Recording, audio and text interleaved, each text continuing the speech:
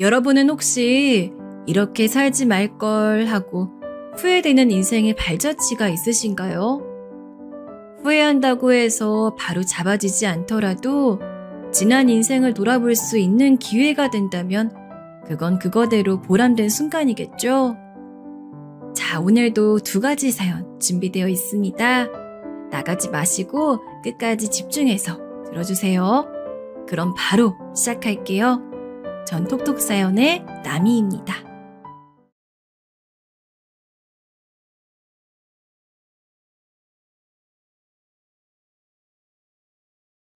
안녕하세요. 세상이 참 좋아졌습니다. 저 같은 늙은이도 원하는 대로 동영상을 이것저것 제 손으로 찾아보네요. 나쁘그런 이야기지만 여러분과 나눠보고 싶어 제 경험담을 사연으로 신청하게 되었습니다. 저는 가족들끼리 사이가 썩 좋지 못한 집에서 자라났어요. 돈이 없고 궁핍해서 가족들끼리 불화가 있었냐고요? 그건 아니었답니다. 돈이 어설프게 있었던 것이 화근이었네요. 친정 아버지는 당신의 형제들과 언제나 나를 세우며 지내셨어요. 겉으론 안 그런 척 굴어도 친가의 사람들은 은근히 서로 경계하였고 미리 재산 싸움을 벌이느라 정신이 없었지요.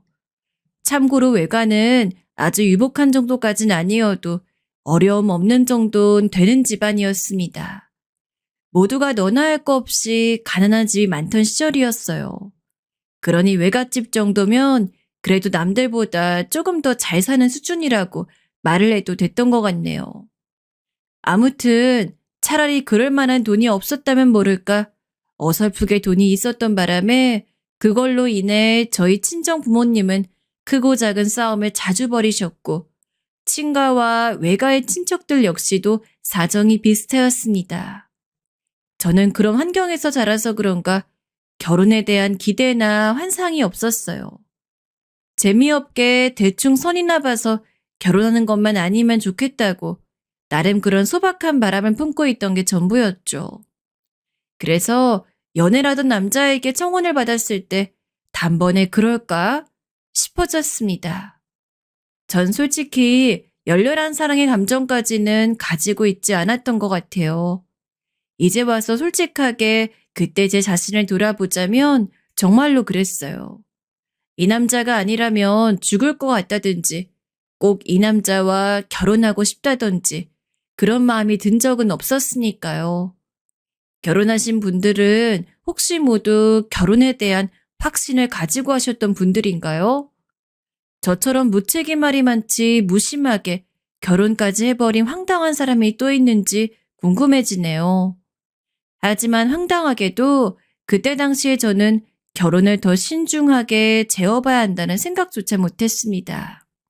그렇게 시작한 결혼 생활은 화목하지 못했던 것 같아요. 시댁도 어느 정도 사는 집안이었는데 가풍이 꽤 엄격했습니다. 집안엔 구두쇠들 투성이었고요. 돈 문제 때문에 이런저런 다툼이 일어나는 꼴은 살면서 이골이 날 정도로 봐왔던 저는 우습게도 시댁의 환경에 무척 빨리 적응하며 살긴 했네요. 고된 시집살이도 그게 불합리한 행위인지 구분도 못하고 그냥 이악 물고 살았어요. 허리띠 졸라매면서 재산 불리는 것에 집중하는 재미라도 없었다면 전 남편하고 살다가 화병 나서 이미 세상에 없었을 겁니다. 자식은 셋을 봤네요. 딸, 아들, 그리고 딸 이렇게요. 큰딸은 공부를 외국에서 했고 결혼도 외국에서 했습니다. 1년에 10달을 외국에서 살았죠. 작은 딸은 저희 남편이 세상을 떠나기 전에 점찍어둔 사위하고 연을 맺었습니다.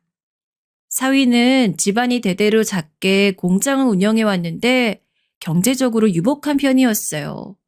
그리고 아들은 적당히 좋은 대학 나와서 괜찮은 회사에 들어가면 지내다가 사귀던 여자하고 결혼했습니다. 이때 아직 남편이 살아있었는데 보잘것없는 집안의 여자하고 결혼하지 말라며 아들을 혼냈었어요. 하지만 결혼을 막지 못했죠. 왜냐하면 며느리가 임신 상태였으니까요. 아들과 며느리는 결혼했고 뒤이어 남편이 병으로 세상을 떠났고 저는 충청도 아랫자락의 고즈넉한 동네에서 조용히 지냈습니다. 참고로 저는 땅이며 집이며 다 제 것이었고요. 자식들 내외하고는 적당히 왕래하며 살았어요. 그렇게 생각했죠. 그런데 어느 날 며느리가 저에게 자기들 서울 집으로 놀러 오라고 먼저 말을 해온 거예요. 새침하다 못해서 가끔은 뻣뻣하게 느껴지는 사람이 바로 내 며느리인데? 어머니 대체 무슨 바람이 불어 이러지? 나를 초대한다고? 한 번도 없었던 일이었기에 의아했죠. 제가 미지근한 반응을 보이자 며느린 재차 저에게 서울 집으로 와 며칠 지내라며 졸라댔습니다. 그래서 전 못 이긴 척 따라주기로 했죠.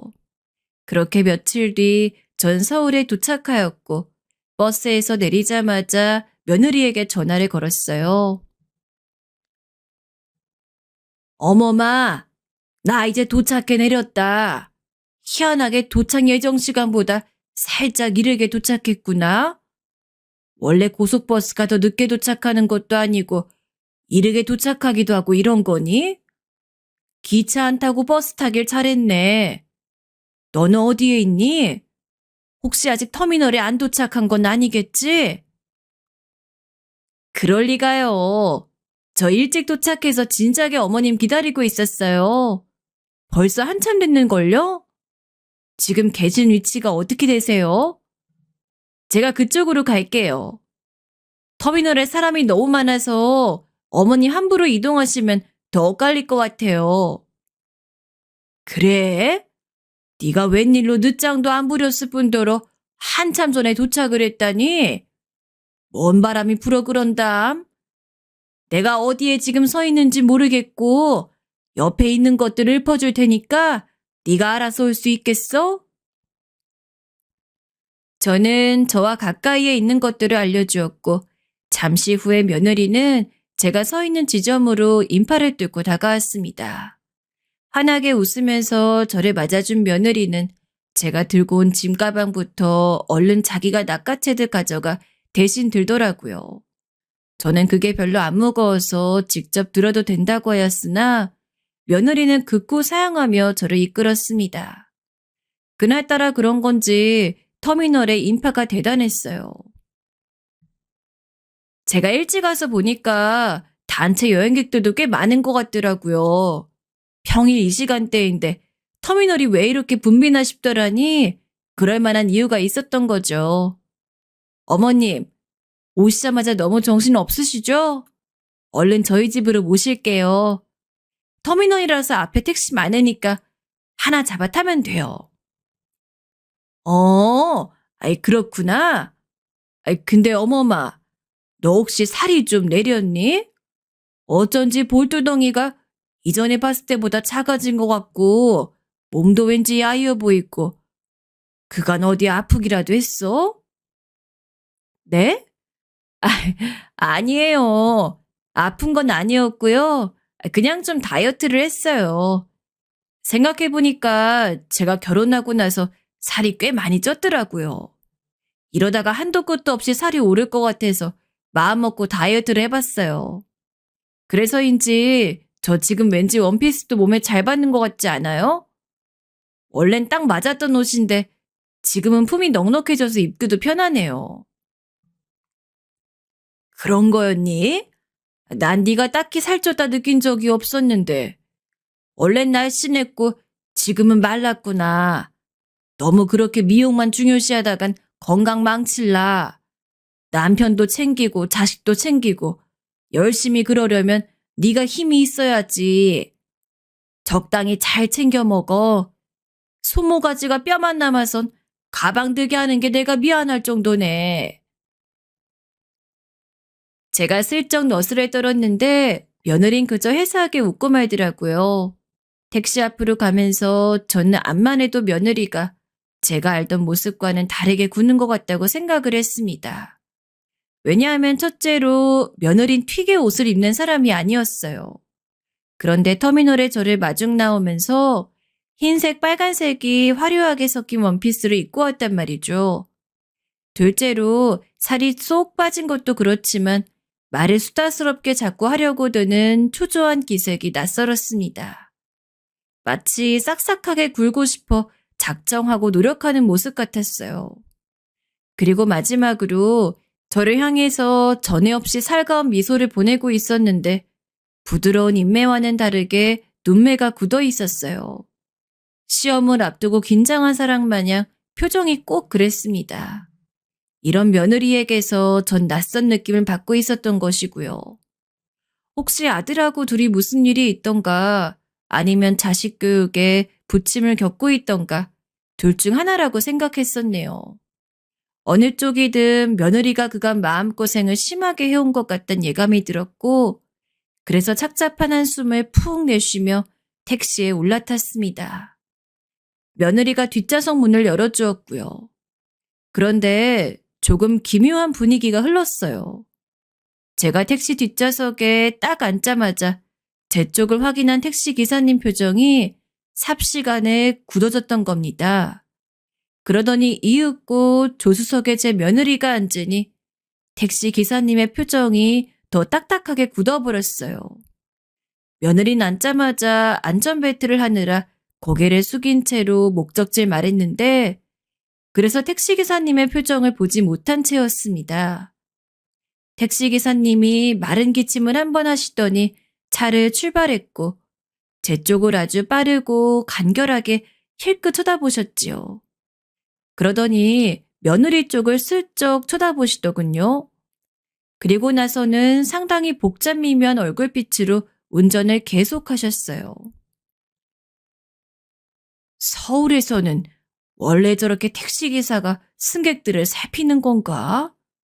다 그렇지는 않을 텐데 터미널에 오는 택시들이 특별한 건가? 아리송하네. 저 기사 양반께 혹시나 우리한테 무슨 할 말이라도 있는 거냐고 물어볼까? 우리가 택시비 없게 생겨서 자꾸 불안한 표정 지으시는 거냐 물어보면 가는 길이 무척 썰렁해지겠지? 에라이, 쓸데없는 생각하지 말고 그냥 가만히 앉아서 가자. 앞만 봐도 저와 며느리를 향해 무언가 하실 말씀이라도 있는 것처럼 미묘한 표정을 짓고 있었지만 저는 그냥 조용히 가는 편을 택했어요. 조수석의 며느리는 저에게 열심히 웃으며 제잘거렸던 모습은 금세 어디 가고 아무 소리도 안 내면서 가고 있었거든요. 잠시 후 택시기사님은 신호에 걸리자마자 다시 슬쩍 시선을 굴려 며느리 쪽을 쳐다보았습니다. 그런데 그 눈빛이라는 게 절대 호감이라든지 그런 수작이 섞여 있는 기색이 아니었어요. 텔레비전 드라마에서 보면 경찰이 용의자를 향해 이놈이 범인이 맞나 아닌가를 가늠하며 눈을 흘기는 연기들이 있던데 마치 그런 장면에서 본 듯했습니다. 며느리는 얼마나 사색에 빠져 있었으면 자기 옆에서 그런 시선을 슬쩍 보내는데도 아무 눈치도 못 채고 조수석 창밖이나 이따금씩 쳐다보더군요. 며느리 쪽을 살피던 저는 고개를 살짝 들어 저를 힐끗하시던 택시기사님의 눈초리를 읽었죠. 1초 남짓이었으나 저와 눈이 딱 마주쳤습니다. 그러자 약간 놀라시며 얼른 앞을 똑바로 보시더군요. 택시기사님은 겉으로 언뜻 보기에는 나이가 50대 초반이나 되었을까 싶은 남성분이셨습니다. 이런 양반이 대체 전화 며느리에게 무슨 볼일이 있으실까 싶어서 전 침묵을 깨버렸어요. 저기요, 기사님. 혹시 저희 얼굴에 뭐라도 묻었나요? 운전하시다가도 눈짓을 주시길래 전화 며느리가 발견하지 못한 얼굴에 뭐 묻은 거라도 있나 싶어서요. 예? 아닙니다. 아유, 제가 신경 쓰이게 해드렸네요. 별 의미 없이 시선을 이리저리 굴렸는데 제가 좀 산만했죠? 이거를 고쳐야 하는데요. 고민입니다. 아, 그러신 거였어요? 나는 또 혹시 우리 얼굴에 뭐라도 묻었나? 아니면 우리가 기사님 아는 사람하고 닮기라도 했나? 별별 생각이 순간 다 들었지 뭔가요. 별거 아니라니 그냥 싱겁게 웃고 넘길 일이었네요. 너그럽게 여겨주셔 감사합니다. 그런데 두 분은 그러면 시어머니와 며느리 관계 되시는 거네요? 네, 저는 지방 사는데 이번에 며느리가 저보고 꼭 좀 놀러 오라 그래서 오늘 이렇게 올라온 거예요. 시험이 귀찮아하지 않고 서울로 놀러 오려고 불러주니 나같이 며느리 복 크게 받은 사람도 별로 없을 겁니다. 기사님은 결혼해서 자식 보셨어요? 저는 부끄럽게도 장가를 늦게 든 바람에 아직 큰애가 중학교 다닙니다. 한창 사춘기 말썽 부릴 때라 교육시키기 이만저만 힘든 게 아니에요. 이래서 애 낳고 키울 생각 있으면 결혼을 일찍 하라고 하는 건가 봅니다. 자식들과 에너지가 안 맞아요. 체력이 부족한 게 스스로 느껴지더라고요. 제 부모님께선 결혼을 일찍 해서 저를 일찍 보셨는데 제가 그 점을 본받을 것을 요새 후회가 좀 듭니다. 알고 보니 아주 싱거운 이유로 택시기사님은 저와 며느리 힐끗하신 거였어요. 그리고 생각지 못하게 말주변이 좋으신 분이어서 전 어느새 이런저런 시답지 않은 대화를 그분과 주고받게 되었습니다. 그러는 동안 며느리는 아무런 말도 없이 소심에 잠긴 듯 고요히 창밖을 내다볼 뿐이었고요. 그러던 중에 제 휴대폰에서 벨소리가 울렸습니다. 확인해 봤더니 아들이었어요. 전 질체할 거 없이 전화를 받아봤죠. 그래 범근아. 네가 이 시간에 어쩔 일로 전화를 다 했니? 너 지금 회사에서 일하고 있는 중 아니야? 엄마, 서울 도착하셨죠? 제가 좀 아까 일하면서 문자 드렸는데 답장이 없으시길래 걱정해서 잠깐 전화하러 사무실 밖으로 나왔어요. 지금 혹시 어디세요? 문자를 했어? 나한테? 아이고, 내가 서울 도착 전부터 짐 안 잊어버리고 내린다는 목표에 너무 몰두하고 있었더니 휴대폰을 확인 못했구나. 그래도 도착하자마자 어머하고 바로 만나서 지금은 너네 집으로 가는 중이야. 지금 택시 아니다. 어머니 안 알려주든? 아, 그게 제가 집사람하고 아직 연락을 안 해봤네요. 아무튼 무사히 도착하셨으니 다행이에요. 엄마, 이따 집에서 뵐게요. 왠지 아들의 목소리가 좋지 않았습니다. 그게 느껴져서 전 얼핏 들었던 생각에 확신을 품었어요. 며느리하고 둘이서 왠지 싸웠던 게 분명했습니다. 그러니까 서로 의사소통도 안 된 게 아니겠어요? 제가 고개를 슬쩍 저으면서 휴대폰을 다시 품 안에 집어넣는데 며느리가 조심스레 물어왔습니다. 뭐라고 그러던가요? 어머님께 그이가 별소리 안 했죠? 지금 일하는 중이라고 하던가요? 그래, 일하다 전화했다고 하는데 얘 어머마, 너네 혹시 요새 부부싸움이라도 했니? 내가 딱 보니까 너는 살도 쏙 내려가 있지. 옷도 독특하게 입었지. 머마려운 강아지 마냥 표정도 안 좋지. 고민이 많은 눈치야. 아닌 척해도 내 눈엔 다 보여. 둘이 안 좋은 일이라도 있었던 거지? 내가 이런 때 혹시 괜히 올라온 게 아닌가 싶어지는구나. 아, 그런 거 아니에요. 조금 다투긴 했는데 가벼운 말다툼이라서 정말 별거 아니었어요. 제가 요새 환절기라 그런가 갑자기 밤에 잠이 잘 안 와서 그래서 안색이 별로인가 봐요. 그리고 터미널에서 혹시라도 어머님과 엇갈리면 안 되니까 제 인상착의가 금방 눈에 띌 수 있도록 일부러 색감이 쨍한 옷을 입고 나온 거예요. 괜히 어머님 염려시켜드린 것 같아서 너무 죄송하네요. 이번에 계시는 동안 정말 잘 지내실 수 있도록 제가 신경 많이 쓰겠어요. 너 신경 쓰이게 하려 온 거 아닌데 말이나마 고맙다. 내가 기분을 내줘야지. 이 천하의 구두쇠가 웬일로 지갑 좀 열어야겠구나. 내가 오늘 저녁이나 내일 저녁으로 크게 한턱 낼게. 식당 한번 좋은 곳으로 얼른 알아봐. 며느리가 황급히 이런저런 변명을 대는 게 왠지 안쓰러워서 제가 일부러 더 호탕하게 굴었습니다. 그러자 며느리는 기뻐하며 웃었는데 과연 인매뿐만 아니라 눈매도 함께 웃고 있을지 그건 모르겠더군요. 그런 와중에 택시기사님은 어딘가 표정이 경직된 채였어요. 그러더니 이렇게 말씀을 하시더라고요. 이런 질문 너무 사적이고 실례일 수도 있지만 어르신께서는 평소에 돈을 잘 안 쓰시나 보죠? 구두쇠라고 칭하시길래요. 갑자기 좀 궁금해졌습니다. 내 딴엔 절약정신 좀 투철하게 발휘하고 산다고 여기는데 남들이 하도 나한테 구두쇠 양반이라고 부른 적이 많아서 그냥 나도 내가 구두쇠겠거니 하고 삽니다. 기사님도 혹시 구두쇠 소리 좀 들어보셨어요? 아이고, 그런 소리 듣거나 말거나 할 건덕질도 없죠. 먹고 살기 바쁜 인생이라서요.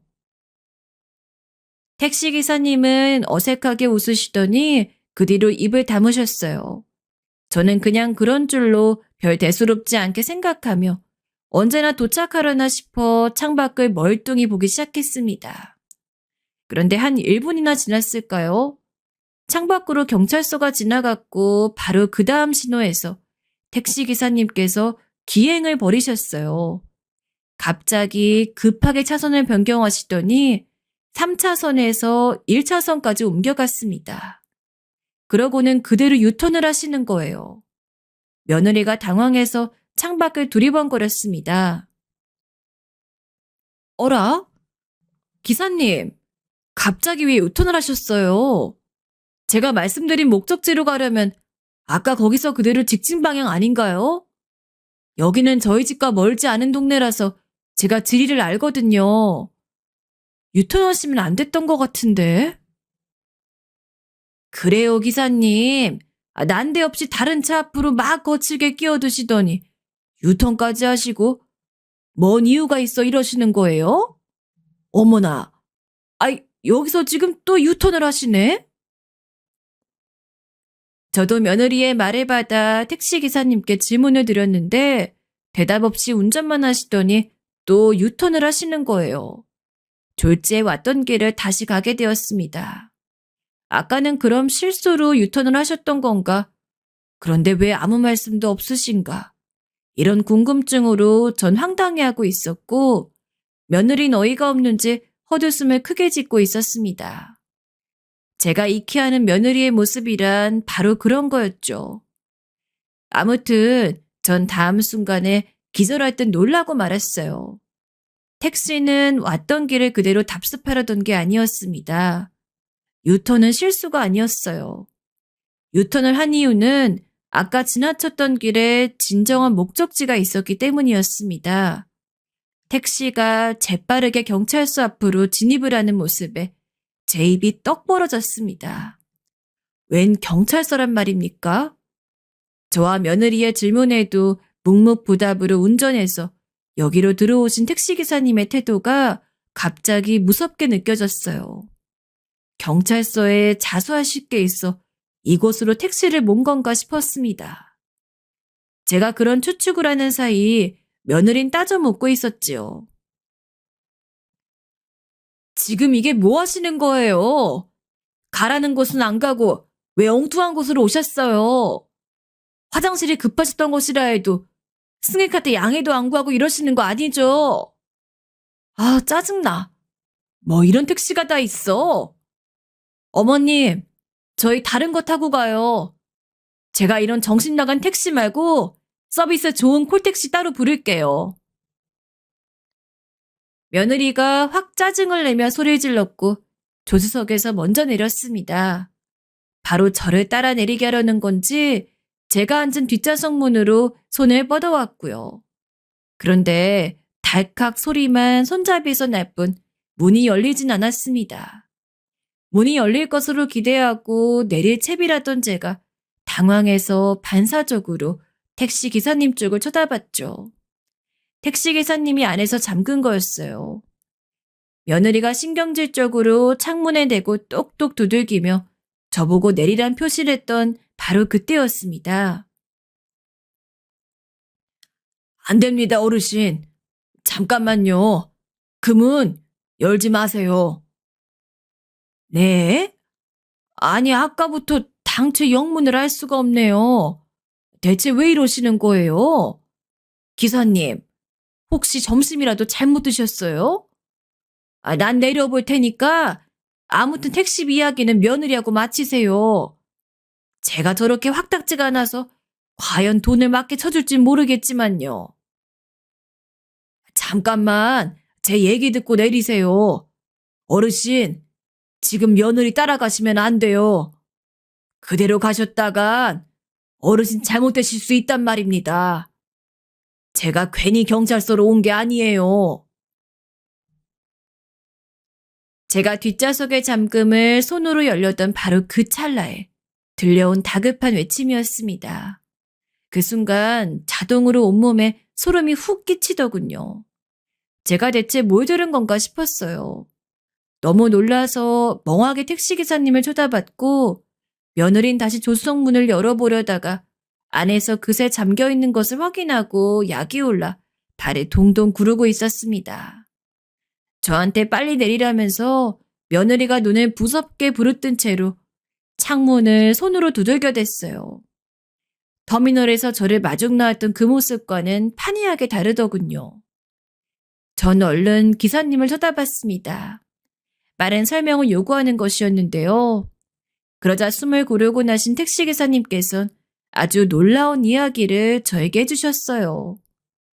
터미널에 계셨던 건 목적지가 터미널이었던 승객을 태워오셨기 때문이라고 했어요. 그 여자 승객은 택시 트렁크에 자기 짐을 실어놓은 상태였고요. 터미널에 도착해서 택시기사님은 승객의 짐을 트렁크에서 꺼내기 위해 차에서 내리셨습니다. 그러자마자 웬 목소리가 귀를 잡아채더래요. 왜? 내가 못할 것 같아? 아니야. 난 한다면 하는 사람이야.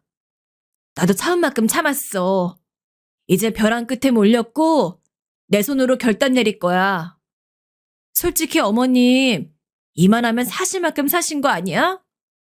그런데 아직도 탐욕스럽게 재산 양손에 꽉 쥐고서 어느 한쪽 손에도 힘을 안 풀려고 하시는 거 더 이상 못 봐주겠어. 집으로 모시자마자 내가 알아서 할 테니까 당신은 가만히 있어. 내가 다 준비해 왔으니까 용기도 배짱도 아무것도 없는 당신은 여태까지 그랬던 것처럼 그냥 가만히 있으라고. 그게 당신이 가장 잘하는 거니까. 택시기사님이 희한하리만치 귀에 정확하게 꽂히는 그 음성을 찾아 고개를 두리번거렸는데 찾는 건 어렵지 않았다고 합니다. 왜냐하면 눈에 띄는 색의 옷을 입고 있었으니까요. 네, 누군가와 통화하며 신경질적으로 외쳤던 그 목소리의 주인공은 바로 제 며느리였던 겁니다. 택시기사님께선 아무래도 들려온 내용이 너무 심상치 않다고 생각을 하셔 계속 그쪽으로 귀를 열어두셨고 일부러 승객의 짐도 천천히 꺼내셨다고 해요. 며느린 통화를 끝내기 전 거듭 나 진짜 작정했다. 오늘이 날이다. 다 끝내고 싶다. 이런 말들을 힘주어서 뱉었다고 합니다. 그러더니 통화를 끝내자마자 짜증스런 비명을 지르면서 터미널 건물 안쪽으로 빠르게 가버렸던 거예요. 택시기사님께선 영 찜찜한 기분으로 택시에 올라타셨고 순서를 기다렸다가 드디어 승객을 받는 차례가 오셨을 때 놀랍게도 그 구상한 내용을 뱉었던 주인공인 제 며느리가 택시로 다가온 것을 보신 거예요.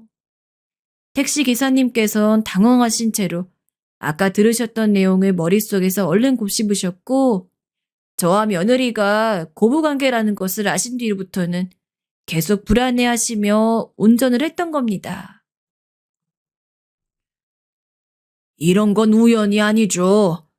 운명이라고 봐야 합니다, 어르신.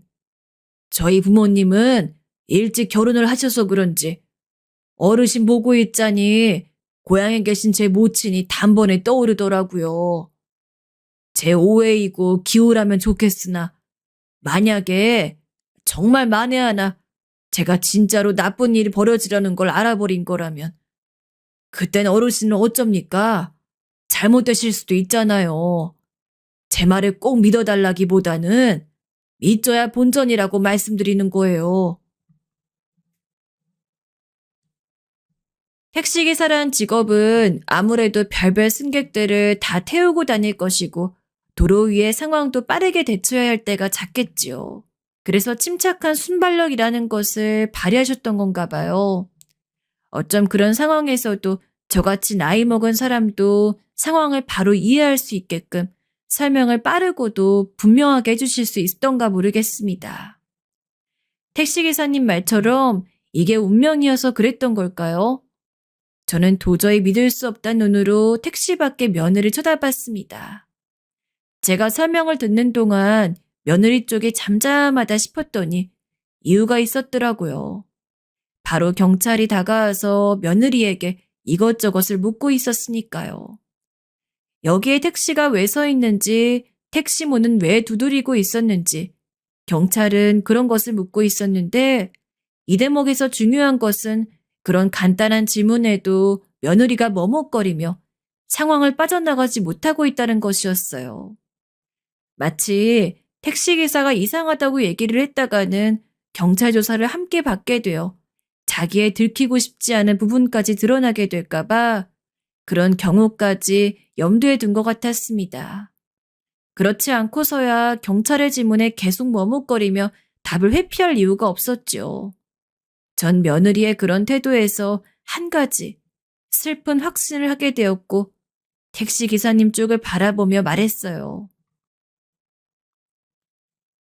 기사님이 여기 문 잠금 좀 풀어주시겠어요? 내가 이제 내려봐야 할 것 같습니다. 걱정은 하지 마세요. 기사님 해주신 이야기를 그저 흘려들을 정도로 내가 우매한 사람은 아니에요. 차분하게 웃음을 지어 보이자 택시기사님께서는 한숨과 함께 잠금을 풀어주셨고 저는 드디어 제 손으로 그 문을 열고 내렸습니다. 그러자 며느리가 아주 혼란스러운 얼굴로 저를 쳐다보더라고요. 제가 내리지 못하도록 택시기사님께서 만류하며 외치시는 걸 며느리도 이미 다 눈치를 챈 뒤였으니 제가 어떤 생각을 하고 있는지 그걸 불안해하는 것 같았어요. 키가 훤칠한 경찰이 저에게 혹시 무슨 일 있으신 거냐고 물어왔고 전 눈으로는 여전히 며느리 보며 경찰에게 대답했습니다. 저는 터미널 앞에서 택시를 타고 며느리와 제 아들이 사는 집으로 가고 있었습니다. 그런데 갑자기 택시기사님께서 여기 경찰서로 택시를 모시더군요. 이유를 물어봤더니 여기 있는 제 며느리가 저를 해칠까봐 걱정이 돼 그렇다고 하셨어요. 터미널에서 저를 겨냥해서 며느리가 나쁜 계획을 하고 있다는 걸 기사님이 우연히 들으셨다고 하더라고요. 그래서 지금 여기서 이러고 있는 것이에요. 제가 어떻게 해야 좋을까요? 아무리 그래도 제 며느리 의심할 순 없으니 순순히 집으로 함께 가는 게 낫겠지요? 사실은 심장이 떨리고 있었으나 택시기사님께서 저에게 빠르지만 차분하게 설명을 잘해주셨던 것을 떠올리며 저도 최대한 그렇게 해보려고 했습니다. 경찰은 눈이 휘둥그렇게 변해서 저와 며느리를 번갈아 쳐다봤고 그때 운전석에서 내린 택시기사님께서 부연 설명을 하기 시작하셨어요. 경찰이 택시기사님의 이야기를 듣는 사이 며느리가 저에게 결백을 주장해 왔습니다. 어머님, 저 지금 너무 당황해서 말이 잘 안 나올 지경이에요. 대체 이게 다 무슨 상황인가요? 제가 어머님을 해칠 거라고요? 진짜 기가 막히네요. 이런 코미디 같은 상황은 세상에 또 없을 것 같아요. 너무 어이가 없어서 억울하단 말도 못하겠어요. 왜 못하니? 억울하다면 어떤 상황에서건 억울하다고 말을 똑바로 하는 게 맞지. 어머마, 난 너를 당연히 믿고 싶은데 네가 왜 이렇게 미심쩍게 나오는지 나는 그게 이해가 안 되는구나. 네가 거울을 볼 수 있다면 지금 네 얼굴이 얼마나 초조해서 환장한 상태인지 확인할 수 있을 텐데 말이야. 제가 그렇게 말하자 며느린 소름이 돋는 듯 몸을 크게 움찔거리더니 이윽고 불안한 표정으로 택시의 창문을 바라보더군요. 썬팅이 돼 있는 창문은 어느 정도 거울의 역할을 해주었습니다. 불안하게 다가가서 그걸 쳐다보니 결과물이 어땠겠나요? 당연히 불안해서 어쩔 줄 모르는 얼굴이 그 안에 담겨 있었지요. 며느리가 얼른 뒷걸음질을 치더니 자기는 아무 잘못 없다면서 고개를 젓기 시작했습니다. 그때 경찰이 심각한 얼굴로 저에게 가까이 다가오며 묻더라고요. 어떻게 하시길 원하냐는 이야기였습니다. 아직 아무런 일도 벌어지지 않았고 한낱 의혹일 뿐 정식으로 신고가 들어온 것도 아니었죠. 늙은 머리가 그 순간엔 참 빠르게 돌아가서 그런 계산이 되었다는 게 지금 생각해도 신기합니다. 전 경찰을 향해 며느리와 지금 함께 그 집으로 갈 작정이고 혹시라도 무슨 일이 있거든 즉각 신고하겠다고 했습니다. 만약에 정말로 며느리가 나쁜 작정을 했다고 하더라도 지금 이런 상황을 경찰서 앞에서 연출하였으니 단박에 용의자가 되고 싶은 게 아니라면 저를 어쩌지 못할 거라고 했지요. 공사 다 망한 경찰은 제가 그렇게까지 말하니 다시 업무를 보러 가버렸고요. 그때 며느리 쪽을 쳐다보니 자기 입술을 살짝 깨물고 있었어요. 뜻대로 안 돼서 분하다는 그런 눈치로 보였습니다. 그리고 저는 그 택시 뒷좌석에 다시 올라탔어요. 아직 못 도착한 목적지에 가야 했으니까요. 그러자 며느리가 난처해 하였습니다. 어머님, 불편하기 싫이 왜 다시 이걸 타세요? 다른 택시 잡으면 될 일인데요. 난 하나도 안 불편하다. 네가 그렇게나 불편하다면 너는 다른 택시 새로 잡아 타면 돼. 네? 그건 말도 안 되죠. 어떻게 제가 어머님하고 따로 택시를 타고 가요? 어차피 목적지는 하나라 같은데 안 될 일이 뭐가 있니? 넌 다른 거 타고 가라. 난 이거 타고 여기 기사님과 대화 좀 나누며 그렇게 갈 테니까. 아, 안 돼요. 그냥 저도 다시 이걸 타고 갈게요. 생각해보니까 새로 택시 잡는 건 너무 불필요한 일이었네요. 며느리가 사색이 돼서는 얼른 조수석에 올라탔습니다. 택시 기사님께선 진작에 운전석에서 안전벨트를 하신 뒤였고요. 며느리 쪽을 슬쩍 보시며 한숨을 크게 내신 택시 기사님께서 출발을 하셨고 택시에는 숨막힐 정도의 적막감이 감돌았습니다. 아들네외 집까지는 거기서 정말 가깝더라고요. 체감상으론 5분 가까이밖에 안 흘렀던 것 같아요. 집 앞에 차가 멈춰서자마자 택시 기사님께서 저를 걱정스레 돌아보셨습니다. 어르신, 혹시 저 때문에 해코지를 당하게 되시는 거 아니겠죠? 뭐라고요? 웬 해코지요? 설마 제가 어머님을 해코지할까봐 지금 저를 염두에 두고 말씀하시는 거예요? 와, 진짜 무례하게 넘겨짚으시는 것도 정도가 있죠. 택시회사에 제가 반드시 신고 넣을 거예요. 택시 기사님의 말이 떨어지기가 무섭게 며느리가 난리를 쳤습니다. 음해당해서 기분이 나쁘다며 택시 기사님이 반드시 이 일로 불이익을 당할 수 있도록 모든 수단을 동원할 거라고 며느리가 이를 가며 말하더군요. 다시 생각한 바였으나 터미널에 저를 마중 나왔던 해사한 그 모습은 어디로 가고 성질 더럽게 고는 모습을 보이는 건지 괜스레 착잡했네요. 택시기사님께서는 저에게 본인 명함을 건네주셨어요. 명함을 이런 식으로 써보는 건 처음이라고 하시며 도움이 필요하거든 언제든 연락달라고 해주셨어요. 저는 그날 택시에서 그 기사님을 본 게 처음이었죠. 제 인생에서 그분을 안 건 그 순간이 그저 유일했어요. 그럼에도 일면식 하나 없었던 저를 위해 이 정도까지 나서주신다는 것 자체가 감동이었습니다. 저는 알겠노라고 대답을 드린 뒤 며느리를 따라서 집으로 들어갔어요. 한순간에 남보다 멀게 느껴진 존재가 된 며느리를 따라 집 안으로 들어간 저는 깜짝 놀랄 수밖에 없었습니다. 왜냐하면 제 아들이 집에 있었기 때문이에요. 너, 범근아, 아직 퇴근까진 한참 남았을 텐데 회사에 안 있고 왜 집에 있어? 아까 나하고 통화할 때까지만 해도 회사인 거 아니었니? 아, 아이, 저 도착한 지 지금 10분도 안 됐어요. 아까 통화할 땐 분명 회사였는데요. 오늘 몸도 안 좋고 간만에 엄마 서울 올라오시는데 바로 못 뵙고 있는 게 너무 아쉽기도 해서 그냥 오늘은 남은 근무 내팽개치고 나와버렸어요. 이미 엄마가 집에 도착해 계실 거라고 생각해서. 미친 듯이 집으로 빨리 와봤는데 아직 안 계셔서 놀랐어요. 길가에 차가 많이 막혔나 보네요. 그래서 늦게 집에 도착한 거야, 여보?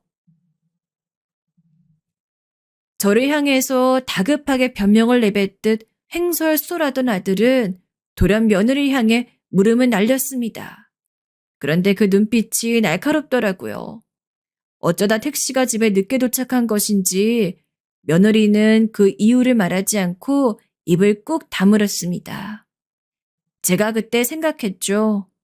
택시기사님께서 들으셨던 제 며느리가 터미널 앞에서 격양된 채로 하고 있었던 통화는 아마도 정황상 제 아들과 하고 있었다는 게 분명하다고 말입니다.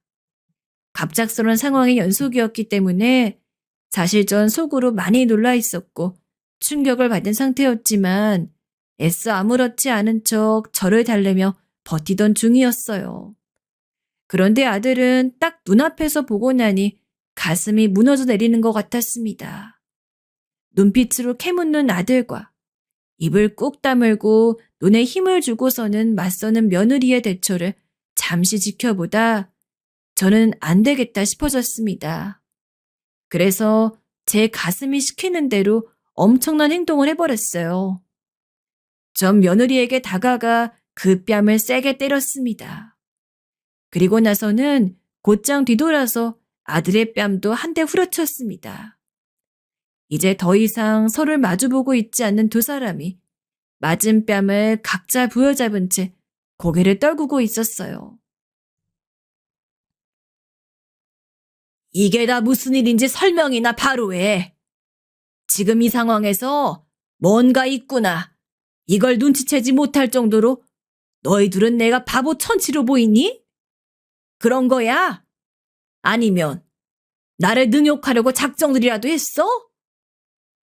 어머마, 너부터 대답을 해봐라. 그래서 이 집에 나를 해하려고 준비한 게 있니 없니? 내 눈 보고 대답해봐. 엄마, 잠깐만요. 대체 엄마가 그 사실을 어떻게... 저는 며느리 향해서 물었는데 깜짝 놀란 아들 쪽에서 대답이 나왔습니다. 엄격거려 놀라서 그런 말에 뱉은 아들은 아차 싶었는지 손으로 자기 입을 틀어막더군요. 전 눈시울이 뜨거워졌고 가슴은 더 타오를 듯 뜨거워지고 말았습니다. 울분인지 뭐였는지 모르겠어요.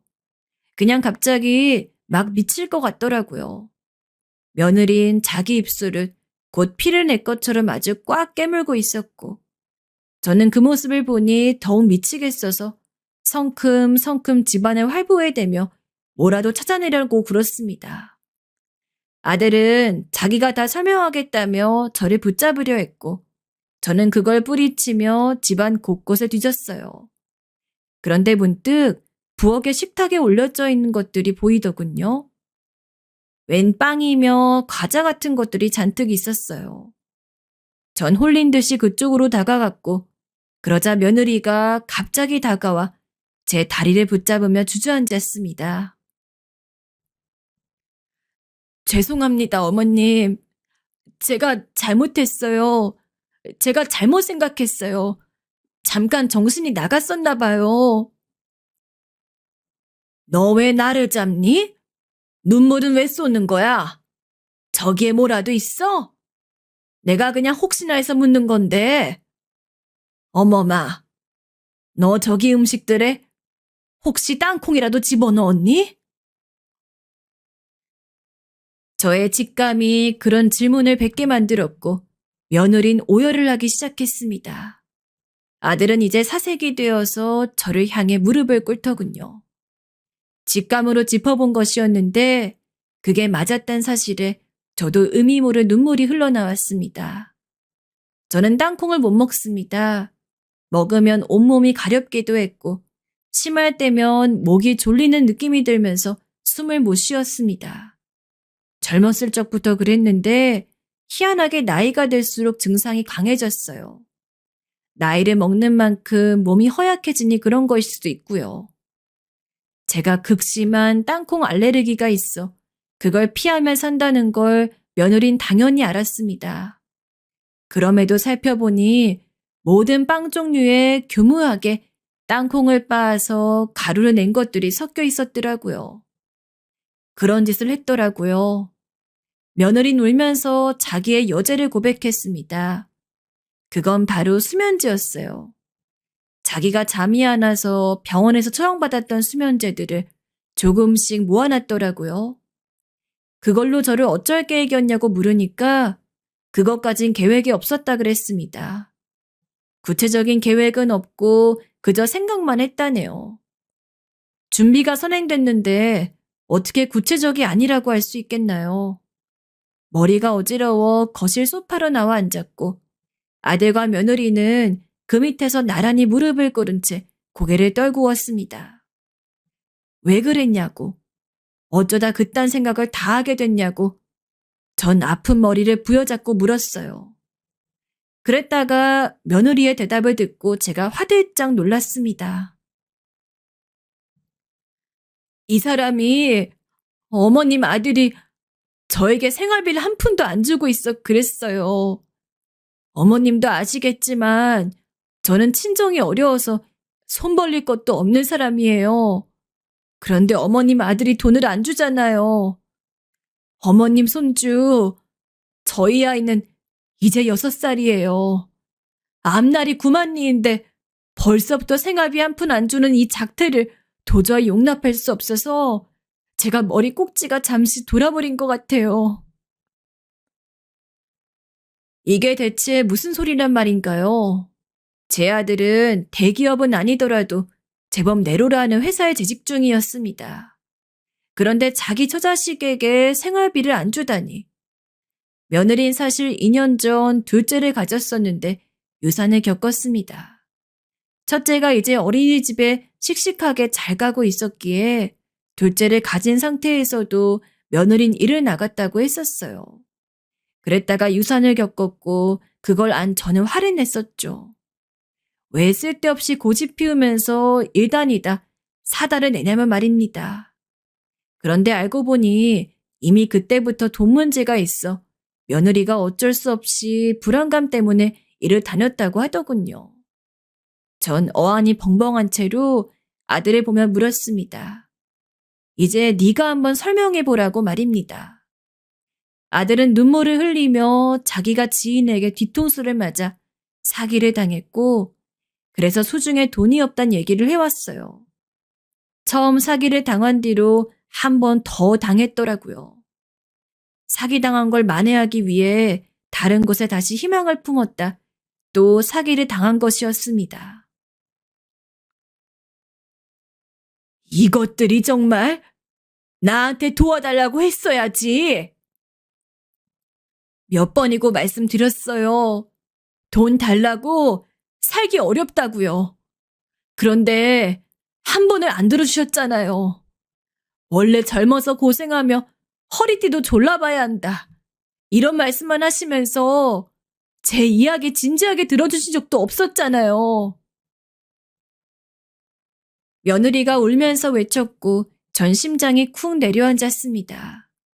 지난날 며느리가 저에게 도와달라는 신호를 보냈었다는 생각이 그제서야 어렴풋이 들더라고요. 며느리가 말하기를 제 아들은 저에게 손을 뻗어봤자 소용이 없을 것이니 쓸데없는 짓 하고 싶지 않다면서 그래서 제 아들은 저에게 도움을 요청하지 않았다고 해요. 도와달라고 해봤자 오히려 못난 자식이라고 찍혀서 나중에 받을 재산도 덜 받게 될까봐 아들은 그게 무섭다고 며느리에게 말을 했었다고 합니다. 유산을 겪으며 그때부터 정신적으로 지쳐 있었던 며느리는 홧김에 나쁜 짓까지 저지르려 했던 겁니다. 저를 끝장내겠다는 그런 작전까진 정말로 하지 않았고 제가 병원에 실려가서 한바탕 소란을 겪는다면 그걸 계기로 제가 언제 죽을지 모르니 재산 문제 미리 정해놓겠다라는 말이라도 해줄까 봐서 희망을 걸었다고 하더군요. 며느리의 변명인지 진심인지 그건 제가 알 길이 없었네요. 사람 속은 알 수 없는 거라고 전 이미 생각한 뒤였으니까요. 대화를 마친 뒤 저는 제 짐가방을 들고 그 집을 나섰습니다. 두 사람은 차마 저를 붙잡지 못하더군요. 아들과 며느리 둘 다 그 정도의 그릇이었던 거겠죠. 그러니까 못난 생각까지 했던 거겠죠. 전 일산에 사는 딸의 집에 가볼 생각이 들었어요. 거기까지 어떻게 가나 싶었는데 딸을 부르려다가 제가 받았던 명함이 생각이 나서 그 번호에 전화를 걸었습니다. 그리고 그 택시 기사님께서 와주셨어요. 저를 보시는 표정에 반가움이 묻어나더라고요. 딸의 집까지 그 택시를 타고 가는 길. 전 아들네외 집에서 알게 된 것들을 택시 기사님과 나누었습니다. 때로는 남에게 이런 이야기를 털어놓는 게 편하다는 걸 그때 처음 알았네요. 택시 기사님께서는 제 이야기를 가만히 들으시며 운전만 하시다가 택시가 딸의 집 동네로 들어섰을 때 조심스레 이런 말씀을 남기시더군요. 제가 태웠던 승객들 중 한 분이 어느 날 그러시더라고요. 본인을 포함해서 사형제가 노모를 안이 넘도록 돌아가며 열심히 모셨었다고요. 그런데 그 노모께서 돌아가시면서 그제서야 자식들에게 재산을 넘겨주었는데 자식들이 예상했던 금액은 20억 언저리였으나 밝혀진 재산은 무려 자그마치 60억이 넘었다고 합니다. 그런데 그게 10년도 더 된 이야기니 그 당시로는 가치가 더 컸겠죠. 그런 큰 돈이 생겨서 자식들이 기뻐했냐고요? 아니었다네요. 그렇게까지 돈을 많이 주고 계셨다는 걸 몰랐다는 거에 허탈해했고 돌아가시는 그날까지 재산을 꽉 쥐고 자식들마저 꽉 쥐고 사셨던 노모를 향해서 질린 마음이 들었다고 합니다. 택시 기사님께서는 목적지에 차를 세우시면서 덧붙이셨어요. 저를 힐난하고자 하는 것이 아니라 부모의 마음과 자식의 마음은 언제나 같을 순 없는 법이라는 것을 알려드리고 싶었다고 말입니다. 전 내리면서 짐가방에 들었던 봉투 하나를 건네드렸어요. 그건 서울 올라온답시고 제가 현금을 미리 인출해둔 것이었습니다. 50만 원이었죠. 그걸 받으시고 택시기사님께서 놀라시며 극구 사양하셨으나 전 단호하게 고개를 저었어요. 꼭 받아달라고 했죠. 예전에 저였으면 안 그랬을 텐데 그 봉투 안에서도 돈을 골라 성의 표시를 10만 원만 해드렸을 텐데 그런데 그 순간에는 그냥 다 드리고 싶더군요. 전 딸의 집에 도착해서 저를 보고 놀라는 딸에게 경위를 털어놓지 않았습니다. 하지만 딸이 아들과 통화하면서 언성을 높이는 걸 들었죠. 아들은 딸에게 모든 걸 말하지 않았어요. 저도 함구해 주었고요. 아들과 며느리는 몇 달 뒤에 이혼을 했습니다. 손주는 며느리가 키우는 것으로 했죠. 아들은 자기 아이를 빼앗길 수 없다고 했으나 전 아이가 엄마와 사는 게 낫다며 며느리의 편을 들어주었네요. 며느리는 그런 저에게 고맙다고 인사하며 휴대폰 너머로 흐느꼈습니다. 양육비는 걱정하지 마라. 그건 내가 내 돈으로 다달이 지급해 줄 테니까 넉넉히 줄 거야. 어머님, 너무 감사합니다. 죄송하고 감사해요. 무슨 말씀을 드려야 할지 모르겠어요. 생활비 걱정하며 살지 않게 내가 그렇게 해줄 테니 대신에 아이만 가끔씩 나한테 보여주면 돼. 네가 편하게 시간 될 때, 그럴 때. 아주 가끔씩 아이 보여주러 오는 거 그것만 좀 해줄 수 있겠니? 네, 당연하죠. 물론이에요. 할 수 있습니다, 어머님. 앞으로 정신 똑바로 차리고 아이와 잘 살겠습니다. 며느리의 울음소리에서 그 가슴에 박힌 응어리가 느껴졌던 것 같아요. 제가 몰랐던 결혼 생활에서 며느리는 제 아들과 늘 힘들었던 거겠죠. 결혼 생활을 이어가면 이어갈수록 며느리 메말라갔던 모양이었습니다. 그런 일을 겪은 이후로 전 제가 가지고 있는 것들을 너무 꽉 쥐고 있지 않기로 했어요. 조금 더 느슨하게 살아보고자 했죠. 어차피 자식들은 제 마음대로 안 되고 저는 천년만년 살기는커녕 100년도 못 채우다 세상을 떠날 테고 그러니 굳이 아등바등거리며 살아봤자 그게 바보 같은 짓이란 생각이 들었네요. 실컷 나이가 들고 나서야 겨우 이 정도의 깨달음을 얻었으니 제 자신이 참 부족한 사람인 것 같아서 이런 생각만 하면 요즘도 그냥 피식 웃음이 나오곤 합니다. 그래도 그럭저럭 잘 살고 있어요. 아들은 이혼 후에 이사도 했고 이직도 했습니다. 그리고 딸의 강력한 권유에 정신과를 다녔는데 알고 보니 아들도 정신적으로 많이 약해져 있었더라고요. 상담받고 약 먹고 그러면 좋아졌어요. 시간이 흐른 지금은 꽤 의젓한 분위기까지 내고 있네요. 며느리도 전보다 확실히 잘 지내는 중이고 손주는 많이 커서 사춘기 왔다고 제법 반항도 하고 그런답니다. 차마 어디 가서 꺼내지 못하는 제 이야기 이렇게나마 털어놓아 보니 속이 후련하기도 하네요. 앞으로 흘러가는 대로 더 잘 살아봐야죠.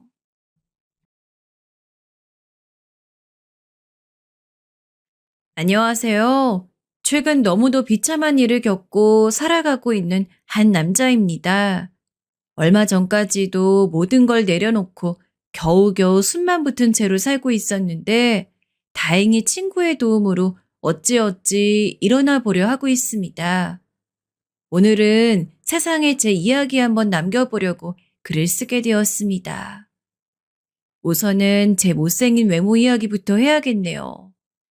지금이야 어느 정도 자기를 객관적으로 바라볼 줄 알지만 어렸을 적엔 그게 아니었어요. 사춘기가 되면서 외모에 관심이 생겼을 때에는 저도 이만하면 괜찮지 않나 하는 생각을 하곤 했죠. 그런데 남이야 뭐라 하든 보통 가족은 외모 갖고 뭐라 안 하잖아요. 그런데 제 어머니는 가끔 저를 보시면서 우울한 표정으로 할머니 닮아서 코도 낮고 못생겼다고 말씀하시곤 했어요. 전 아무렇지도 않은데 그러니까 사람이 괜히 기가 죽더라고요. 자신감도 떨어지고요. 중학교 때는 말도 좀 더듬고 행동도 어눌하고 그랬거든요. 그러다 중학교 2학년 때 저를 지독하게 괴롭히던 같은 반 녀석이 하나 있었어요. 야, 넌 어떻게 얼굴이 그렇게 생겼냐?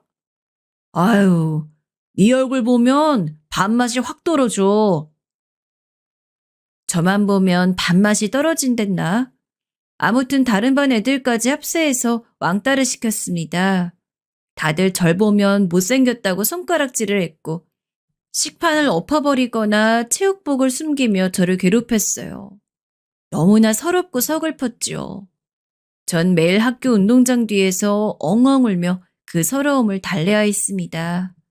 그렇게 한 1년 정도 괴롭힘을 당하다 그 사실을 아버지가 알게 되었어요. 성민이, 너 왜 울고 있냐? 아버지, 전 아버지를 보다 왕따를 당하고 있다는 사실을 말씀드렸고, 아버진 학교를 찾아가 교무실을 엎어버리다시피 난리를 치셨습니다. 그놈들, 당장 나오라 해요. 우리 아들 괴롭힌 놈들 말입니다. 부모도 부르세요. 아버지는 그 아이들의 부모님들까지 불러서 호통을 치셨어요. 그 후에는 아무도 저를 괴롭히는 애들이 없었어요. 저희 아버지가 무서워 다들 절 피해갔지요. 절 괴롭히는 친구들이 없으니 그때서야 저도 좀 살 것 같았습니다. 아이들이 저와 여전히 놀지 않으려 했기에 외롭긴 마찬가지였지만 괴롭힘을 당하지 않는다는 사실만으로도 안심이 되었습니다. 고등학생이 되어선 공부에 전념했어요.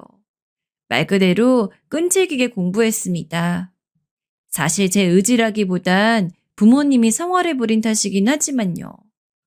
어쨌거나 열심히 하다 보니 아이들 사이에서 중학교 때 못생기고 지저분해 보이는 아이에서 수학을 잘하는 아이로 이미지도 바뀌었습니다.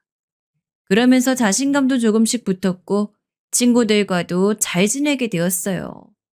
그런데 제 외모가 심각하게 못생겼다는 걸 깨달은 것은 고등학교 2학년 때였어요. 어느 날 친구가 와서 그러더라고요. 여자애들이랑 이야기를 하다가 나온 말인데 대학교 가서도 절대 연애 못할 남자애로 제가 뽑혔다고요.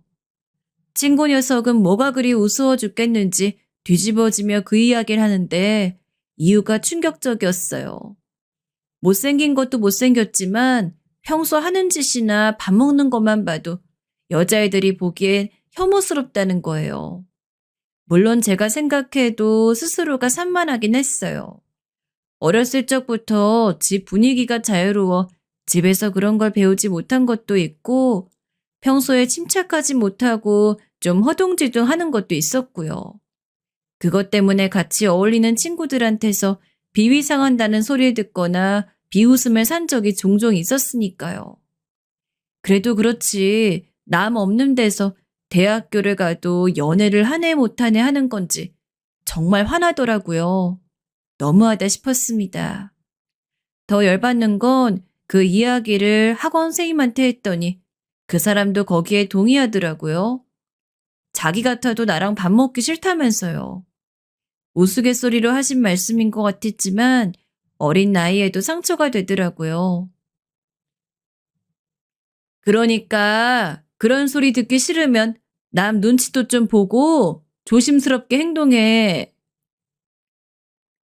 정말 세상에 제 편이 하나도 없다는 생각이 절로 들었습니다. 저희 집 돈 받고 부리는 학원 선생님마저 대놓고 그런 소리를 하니 기가 막힐 수밖에요. 아무튼 친구들 사이에서 제 이미지가 쓰레기라는 것만 알고 저는 그냥 공부에만 몰두했습니다. 그때만 해도 그저 아버지 말처럼 남자는 그저 능력이라는 것을 믿어 의심치 않았어요. 그렇게 열심히 공부만 했고 재수까지 한 끝에 결국 원하는 대학에 들어가게 되었습니다. 그런데 인정하긴 싫었지만 그때 고등학교 동창들이 했던 말이 괜한 말이 아니더라고요. 무슨 예언 비슷하게 되어버렸어요. 대학교에 들어왔을 땐 나름 괜찮은 학교를 다닌다는 자부심에 자신감이 넘쳤어요. 같은 과 애들 중에 마음에 드는 여자애들도 많았고요. 그런데 고등학교 때나 대학교 때나 저를 대하는 여자애들의 반응은 냉랭하기만 했어요. 일부러 마음에 드는 여자애와 함께 분위기 좋은 술집에 단둘이 가서 비싼 술도 마시고 했는데 이것들은 도대체 받아먹을 때만 고맙다 그렇지 그때뿐이었어요. 딱히 저랑 단둘이서만 어울리고 싶어 하지 않는 것 같더라고요. 저도 남성으로 어필하고 싶어 별짓을 다 해봤어요. 방학마다 열심히 운동해서 1년 사이 덩치도 엄청 키워봤는데 딱히 알아봐주는 사람도 없고 대학 생활인데 뭐라도 재능을 만들어 보고 싶어 연극부에도 가입해서 열심히 활동도 해봤어요. 제가 생각해도 참 열성적으로 잘한 것 같고 연극 끝날 때마다 칭찬도 많이 받고 주변에서 연기 실력을 추켜 세워주기도 했어요. 그러면 그때는 저도 기분도 좋고 저를 좋게 봐주는 여자들이 많구나 하고 기대를 하게 되었어요. 제 연기를 칭찬해주는 여자애들과 잘해보려고 연락도 따로 해보았는데 그냥 연극 끝나면 땡이더라고요. 다들 약속이 있단 핑계로 저를 슬그머니 피했습니다. 친구로선 괜찮지만 남자로선 별로란 거였죠. 알고 보니 저 때문에 환호하고 기뻐한 게 아니라 작품이 무사히 잘 끝나니까 기뻐한 거였어요. 그 정도 눈치도 없었으니 저도 참 이런저런 우환을 당해도 할 말이 없었어요. 그냥 제가 바보 같았습니다. 진짜 그깟 외모가 뭔가 하고 서글퍼져 술만 마셨지요. 물론 예전엔 여자애들이 했던 이야기처럼 외모만이 문제가 아닐 수도 있지만 제 생각엔 외모 때문인 것 같았어요. 그나마 대학 생활에서 건진 여자애라고는 제 단짝이라고 할 만한 친구가 하나 있었습니다. 저랑 과도 같았고 동아리 활동도 같이 하는 여자애였어요. 이 여자애도 저만큼이나 외모에서 답이 안 나오는 여자애였어요. 자주 어울려서 단둘이 밥도 먹고 서로 우울할 일 있으면 같이 술 먹으면서 위로도 해주고 그런 좋은 친구 사이긴 했는데 가끔씩 걔 얼굴 보고 있으면 여자애들이 날 보는 심정이 이런 건가 하는 탄식이 저절로 흘러나오곤 했어요. 성민아, 우린 왜 연애를 못할까? 그러게 말이다. 연애해보고 싶은데 남들은 다 연애한다는데 말이야. 우리만 못하고 이러고 있네. 그러다 보니 대학생활 내내 서로 만나서 술 마시며 서로 하는 이야기가 늘 연애 한번 해보고 싶단 이야기였어요. 그러다가 취해서 돌아오는 길엔 서로 야, 너 정도면 괜찮아. 멋져. 그래. 너도 성격 좋고 너 같은 여자가 최고다. 하면서 술주정들을 하곤 했지만 사실 저도 그렇고 걔도 그렇고 서로가 알고 있었을 거예요. 그냥 서로 위안 삼아 하는 말이라는 걸요. 그래서 그런지 술을 먹고 그런 이야기를 하면 더 슬퍼지곤 했습니다. 사실 여자애는 외모만 빼면 나름 성격도 괜찮고 다른 사람한테도 잘 맞춰주는 유쾌한 성격이라 가끔씩 걔랑 연애라도 해볼까 생각한 적도 몇 번 있었어요. 그런데 도저히 안 되겠더라고요. 지금 생각해보면 왜 그런 생각을 했는지 모르지만 둘이 좋아서 붙어 다니면 그것만큼 비참한 게 없을 것 같았어요. 그나마 걔는 여자라서 좀 통통하고 안 생겨도 그 나름에 맞게 달라붙는 남자들이 종종 있었는데 저는 그런 것도 없었습니다. 아무튼 그것도 신입생 때나 이야기지. 군대 갔다 오고 나니 어느 정도 연애에 대해서 무덤덤해지더라고요. 열심히 공부해서 취업하기도 바빴고 목표가 생기니 열등감을 느낄 새도 없었어요. 그저 취업 준비를 위해 달려갈 뿐이었습니다. 한 몇 년을 최선을 다해 노력한 끝에 전 보란듯이 대기업 연구직으로 들어갈 수 있었습니다. 동기들 중에서도 제가 제일 잘 풀린 케이스였어요. 동기들은 부럽다며 제게 한턱 쏘라 했고 저도 그때만큼은 성취감이라는 걸 강하게 느꼈습니다. 첫 직장 생활은 힘들긴 했지만 그것도 몇 년 하다 보니 버티만 했어요. 그리고 여유가 생기고 돈이 쌓이자 성형수술을 생각해 보기도 했어요. 그간의 콤플렉스를 뜯어낼 방법은 성형수술밖에 없으니까요. 제 친구가 술을 마시다가 먼저 권했습니다. 성민아, 너 계속 외모 고민 많았잖아. 내 친구가 강남에 성형외과 오픈했다는데 한번 가볼래? 뭐? 아이, 성형? 야, 그 무서운 걸 어떻게 하냐? 처음엔 무슨 말이냐며 놀란 얼굴로 거절했지만 집에 와서도 친구의 권유가 자꾸 생각이 났어요. 솔직히 성형수술은 부작용도 두렵고 수술 받는 것 자체도 무서워서 절대 하지 말자고 다짐했는데 막상 들으니까 고민이 되더라고요. 저 얼굴 어디를 하면 좋아질까요? 어, 일단 환자분 같은 경우는 코를 높이셔야 하고요. 턱도 깎으셔야 돼요. 눈도 너무 작아서 찝으시면 훨씬 인상이 좋아 보이실 것 같은데. 네? 눈, 코를 다요? 아니, 턱까지요? 요즘은 그렇게들 많이 하세요. 결국 견적이라도 한번 받아보자는 마음으로 성형외과에 갔습니다. 나름대로 용기를 가지고 간 거였는데 글쎄 하는 말이 저보고 얼굴을 뒤집어 엎으라는 말이었습니다.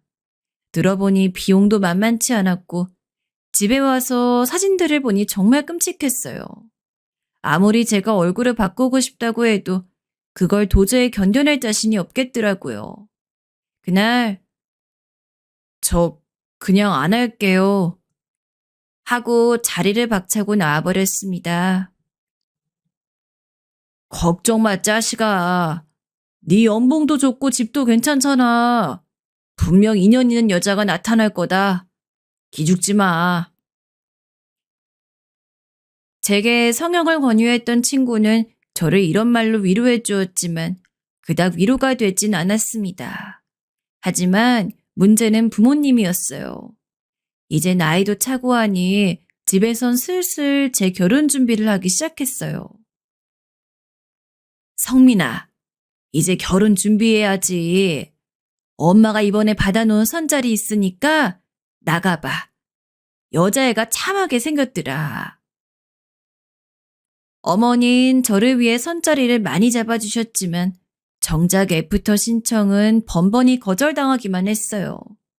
각오를 하긴 했지만 외모가 전부가 아니라 생각했는데 제 가치관이 부정당한 기분마저 들었습니다. 또 내가 어떻게 노력해서 이 자리까지 왔는데 결혼 시장에서마저 이렇게 안 팔리나 생각하니 참 황당한 마음도 들고 억울한 마음도 들었어요.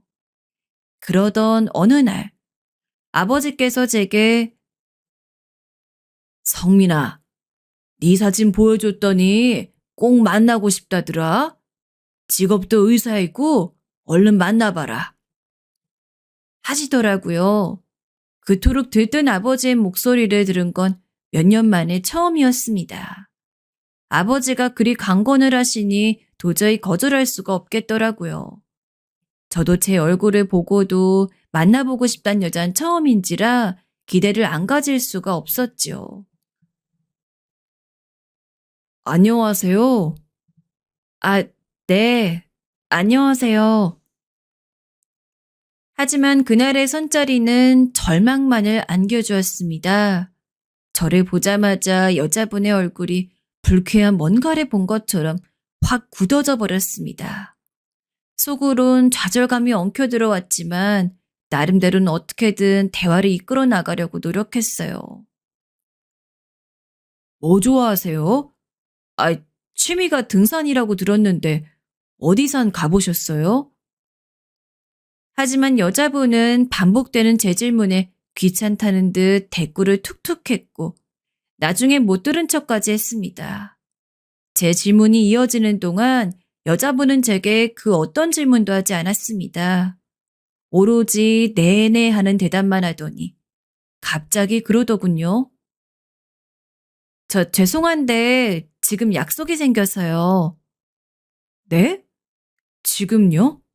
네, 가봐야 할 것 같아요. 부모님들께는 잘 만났다고 정리해 주세요. 아, 그리고요. 얼굴이 사진과는 좀 다르시네요. 여자분을 보내고 배는 고파 혼자 멍하니 음식을 먹는데 너무 비참했습니다. 추적추적 비까지 내려 비를 맞고 차로 걸어가는 동안 죽고만 싶었어요. 아니, 이런 수치와 모욕을 당할 바엔 영원히 총각으로 늙어 죽는 게 낫겠다 생각했어요. 아버지, 저 더 이상 선자리 안 나가요. 죄송합니다. 뭐라고? 아니, 왜? 젊은 녀석이 뭘 한두 번 안 됐다고 풀이 죽어. 계속 인연을 찾아봐야지.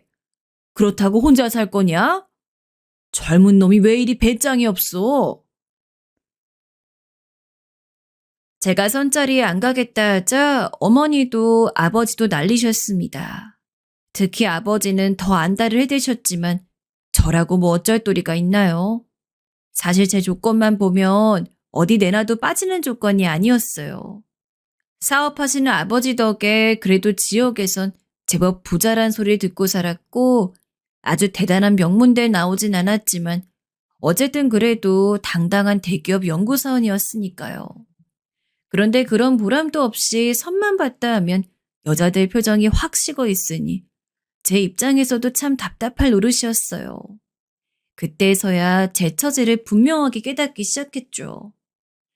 제가 아는 형님도 직업이 의사였지만 결혼하지 못하시고 혼자 늙어가시고 계시거든요. 저도 뭐 별반 다를 게 없었죠. 그나마 아는 여자라곤 대학 때부터 알던 그녀밖에 없으니 맨날 개나 만나 술이나 마시고 서로 신세한탄하고 그러고 살았습니다. 그러다가 제 인생을 송두리째 뒤바꿔 놓은 사건이 일어났어요. 하루는 아버지가 또 선자리가 생겼다고 이번엔 아버지 아는 분 통해 들어온 자리니 좀 단단히 준비를 하라고 하셨어요. 그때쯤엔 선 보는 것도 지겨워서 이번에도 뭐 늘 그렇지 별거 있겠나 했어요. 그리고 솔직히 이제 좀 그만하고 싶은 마음이 커서 옷도 대충 입고 조금은 꾀재재한 모습으로 선자리에 나갔습니다. 심지어 시간을 착각하는 바람에 지각까지 했습니다. 안녕하세요. 권예나라고 합니다. 아이, 예나 씨, 기다리게 해서 죄송합니다. 저는 선불 상대를 만나자마자 황급히 사과부터 했습니다. 그런데 고개를 들어보니 엄청 미인이 앉아 있었어요. 여태까지 별의별 이쁘고 콧대 높은 여자들을 다 만나봤지만 그렇게 얼굴이 오밀조밀하게 조화로운 여자는 처음 봤어요. 어디 한 군데 특별하게 튀는 구석이 없어 연예인 외모 정도까진 아니었지만 어디 그림에나 있을 법한 그런 미녀였죠. 긴 생머리는 단정하게 잘 관리되어 있어 한눈에 보기에도 차분해 보이고 귀티가 넘쳤어요. 뜻하지 않게 너무 예쁜 여자를 대하니까 뭔 말을 해야 할지 몰라서 어버버하고 있는데 대화 분위기를 편안하게 잘 이끌어주더라고요. 괜찮아요. 뭐 먹을래요? 여기 크림 파스타가 맛있다고 하던데. 아, 네. 저는 좋아요. 이야기를 하는 내내 저는 한 번 더 이 여자를 만나보고 싶은 마음이 들끓었습니다. 하지만 거절당할까봐 무서워서 말이 도저히 안 나오더라고요. 겨우 마지막에서야 기어 들어가는 목소리로 데이트를 요청했습니다. 저 혹시 다음 주에 영화 보실래요? 좋아요. 마침 새로 개봉한 영화가 있다는데 보고 싶었어요. 그분은 너무나 흔쾌히 받아주었어요.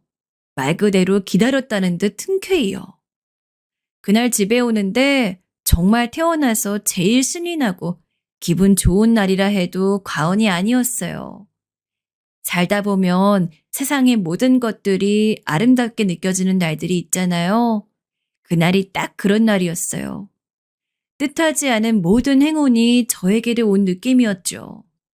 그리고 데이트도 몇 번 하지 않았는데 마치 무슨 약속이나 되어 있던 것처럼 자연스럽게 결혼 이야기가 나오고 일이 차곡차곡 진행되기 시작했어요. 마치 모든 게 운명 같았습니다. 여자친구를 만난 시기도 제가 그간 겪었던 고난도 모두 이 사람을 만나기 위해 일어난 일인가 싶었습니다. 신이 있다면 그 신에게 감사의 기도라도 올리고 싶었어요. 또 현실적인 문제도 걱정이 없었어요. 결혼하면 아버지가 집도 해주실 거고 버는 돈도 많겠다. 뭐 인생에 걸릴 것도 없었죠. 다만 한 가지 걸리는 게 있다면 그녀가 가끔씩 슬픈 표정을 잘 짓는 거였어요. 처음에는 그냥 차분한 성격인 줄로만 알았고 실제로 말하는 거나 성격도 차분하긴 했는데 그거랑은 조금 다른 묘한 우울 같은 게 있더라고요. 예나야, 오늘 혹시 안 좋은 일 있어? 나? 아니, 왜? 그냥 우울해 보여서 무슨 일 있나 하고. 제가 걱정이 되어 물어보면 여자친구는 아무 일이 없다고 했습니다. 그저 일이 많아 피곤하다고 할 뿐이었죠. 사실 여자친구의 직장 얘기를 들어보면 일이 많아 보이긴 했습니다. 늘 일에 치여 사는 것 같아 마음이 안 좋았어요. 그래서 얼른 더 결혼을 서두르고 싶었습니다. 결혼하면 일하지 말고 당분간 푹 쉬어. 여행도 갔다 오고 하고 싶었던 것들도 마음껏 해. 운동 좋아하니까 운동도 열심히 하고. 돈은 내가 벌게.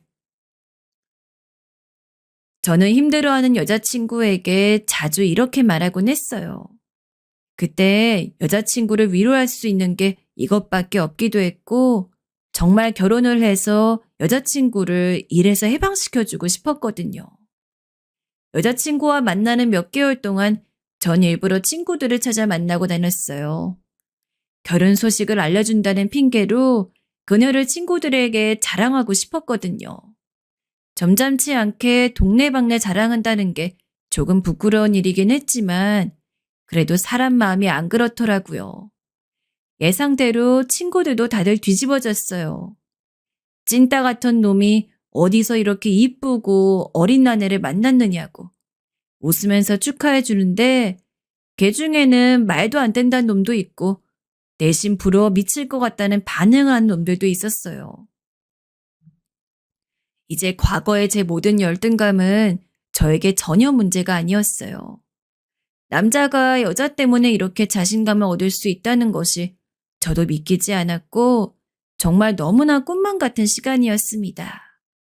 아내가 될 여자친구도 저를 많이 사랑하는 것 같아 정서적인 안정감도 느끼었고요.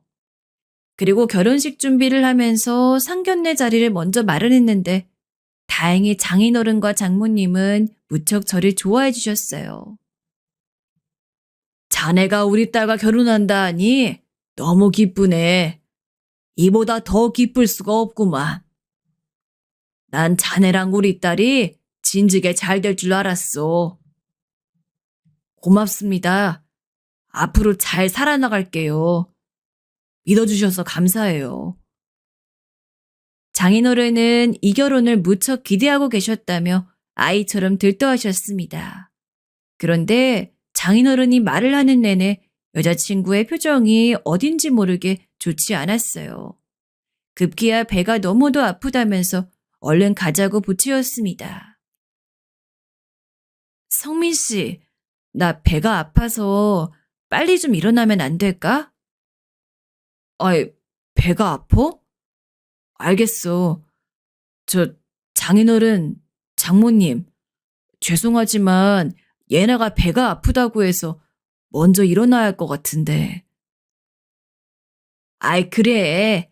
가는 길에 차도 막힐 것 같으니 얼른 일어나게.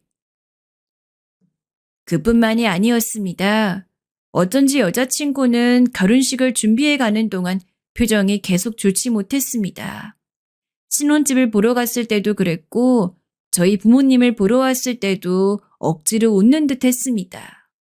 그런 여자친구를 보며 왜 그러냐고 묻기도 했지만 늘 애매모호한 답변으로 피해가니 괜히 압박을 주는 것 같아 더 물을 수가 없었어요.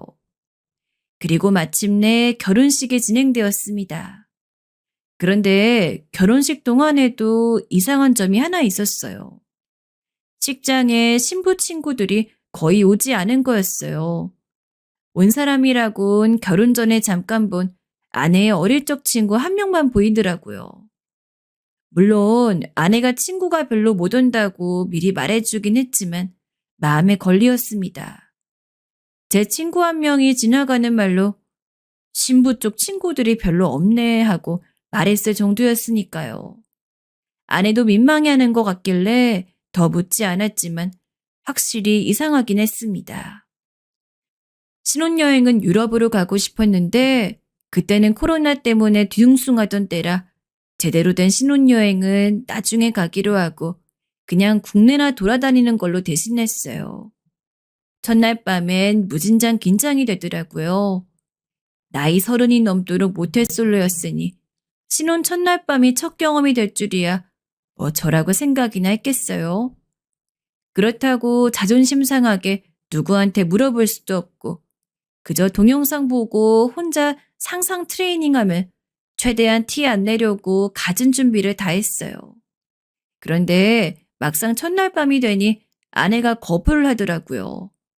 마침 몸도 안 좋은 데다 하루 종일 돌아다닌다고 무리를 했더니 피곤하고 몸이 아파 도저히 그럴 상황이 아니래요. 잔뜩 기대하고 있던 중에 뭔 날벼락 같은 소린가 싶었지만 워낙에 착한 여자인데다 진짜 수척한 얼굴을 하고 울듯한 표정으로 미안해하니 뭐라 더 조를 수도 없더라고요. 일단 배려해야겠다는 생각이 들어 기다리려고 했어요. 신혼여행이 끝나고 보름이 지나고 한 달이 지나가도 아낸 밤만 되면 늘 침대에 누워 두 손을 모으고 그대로 잘 준비만 했어요. 원래 잘 아프다 그러니 뭐라 화도 못 내고 그냥 매번 이야기나 좀 하다 잠들 수밖에 없었어요. 하지만 그보다 더 걱정스러웠던 건 아내의 얼굴이었습니다. 아내는 점점 말라갔습니다. 잘 먹지도 않았고 먹으려 하지도 않았어요. 당신 이러다 큰일 나. 좀 먹으라고. 대체 뭐가 문제야? 급기야 제가 속상한 마음에 소리치기도 했지만 그때마다 아내는 눈물만 떨구었어요. 결혼을 하고 일을 그만두면 행복해할 줄 알았는데 어쩐지 더 불행해 보였습니다. 마치 저와 결혼한 게 실수인 것처럼요. 마냥 행복할 줄 알았던 신혼생활이 그렇게 되니 저도 기분이 좋지 않았습니다. 이러다 이혼하자는 말이 아내의 입 밖으로 나올까 두렵기도 했어요. 두려움이 계속되다 보니 가슴이 늘 무언가로 꽉 막힌 것 같았고 이 사태를 어떻게 해야 좋을지 몰라 전전긍긍했어요. 친구들에게 조언을 구하기도 했고 그 조언대로 아내가 좋아하는 꽃을 사다 주거나 맛있는 걸 사줘도 아내 행복해하지 않았습니다. 그저 힘없이 늘 침대에 누워있을 뿐이었죠. 정신과에 데려가 보려 해도 아내는 가지 않겠다고 단언했어요. 나를 지금 정신병자 취급하라는 거예요? 괜찮다니까. 제 얼굴에 대고 고함까지 지르니 뭘 할 수가 없었습니다. 그러던 어느 날 아내가 밝은 얼굴로 제게 묻더군요. 오늘 뭐 먹고 싶어요? 아내가 그토록 밝은 얼굴인 건 신혼생활 만에 처음이었습니다. 얼굴에 도는 생기를 보니 내심 너무 놀랐어요. 좋은 일 있어? 얼굴이 좋아 보이는데. 그냥 당신 먹고 싶은 거 해주고 싶어서 스테이크 구워줄까? 당신 그거 좋아하잖아. 나야 좋지. 그럼 오늘 일찍 퇴근할게. 알겠어요. 저를 위해 스테이크를 구워준다는 아내의 말에 눈물이 날 것처럼 좋았습니다. 드디어 아내의 우울증이 낫고 이제 좀 사나 싶어서 숨통이 트였어요. 두려움이 거치고 이제 행복해지려나 싶었습니다. 하지만 신혼 2달도 안 돼 결국 일이 터지고 말았습니다. 여태 착하고 성실하게 잘 살았다 생각했는데 왜 저에게 그런 말도 안 되는 일이 벌어졌는지 그저 제 인생이 저주받았다고 생각할 수밖에 없었어요. 지금 생각해도 글을 쓰려 하니 손이 떨립니다. 그날은 제게 스테이크를 구워주겠다고 한 날이었습니다. 아낸 제게 스테이크를 구워놓았다 문자를 보냈고 전 그에 얼른 집에 가겠다고 답장을 했어요. 고마워요. 그런데 아내의 답장은 좀 이상했어요. 집에 가겠단 말에 무엇이 고마운 거지 싶었지만 얼른 아내를 보기 위해 집으로 향했지요. 집에 가는 길엔 아내에게 주고 싶어 장미꽃까지 사갔습니다. 허나 집에 들어왔는데 아내가 없었어요. 정갈하게 차려져 있는 밥상만이 저를 맞이할 뿐이었습니다. 말도 없이 어디를 나갔나 했는데 집안이 이상하게 고요한 거였습니다.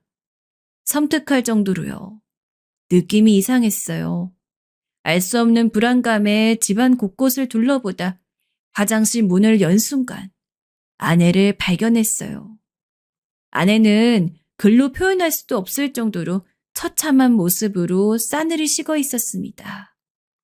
그 순간 전 너무나 큰 충격에 주저앉아 소리만 질러댔어요. 그때는 아내를 잃은 슬픔보다 공포심이 더 커서 자리에서 일어나지도 못하고 네 발로 기어 겨우 거실로 나와 소리만 지르다 떨리는 손으로 119에 신고를 했습니다. 급하게 병원으로 옮겼지만 이미 아내는 세상을 떠난 지 오래된 몸이었습니다. 전 아무것도 못하고 병원에 앉아 부모님이 달려오시기까지 그저 떨고만 있었습니다. 비록 1년도 채 못 되는 짧은 시간이었지만 아내는 제가 평생 처음으로 제 모든 걸 걸고 사랑했던 사람이었어요. 그런데 아직 아내에 대해 제대로 아는 것도 많지 않은 신혼 몇 개월 만에 저 세상 사람이 되어버렸으니 그때의 제 심정은 이루 말로 다할 수가 없을 정도였죠.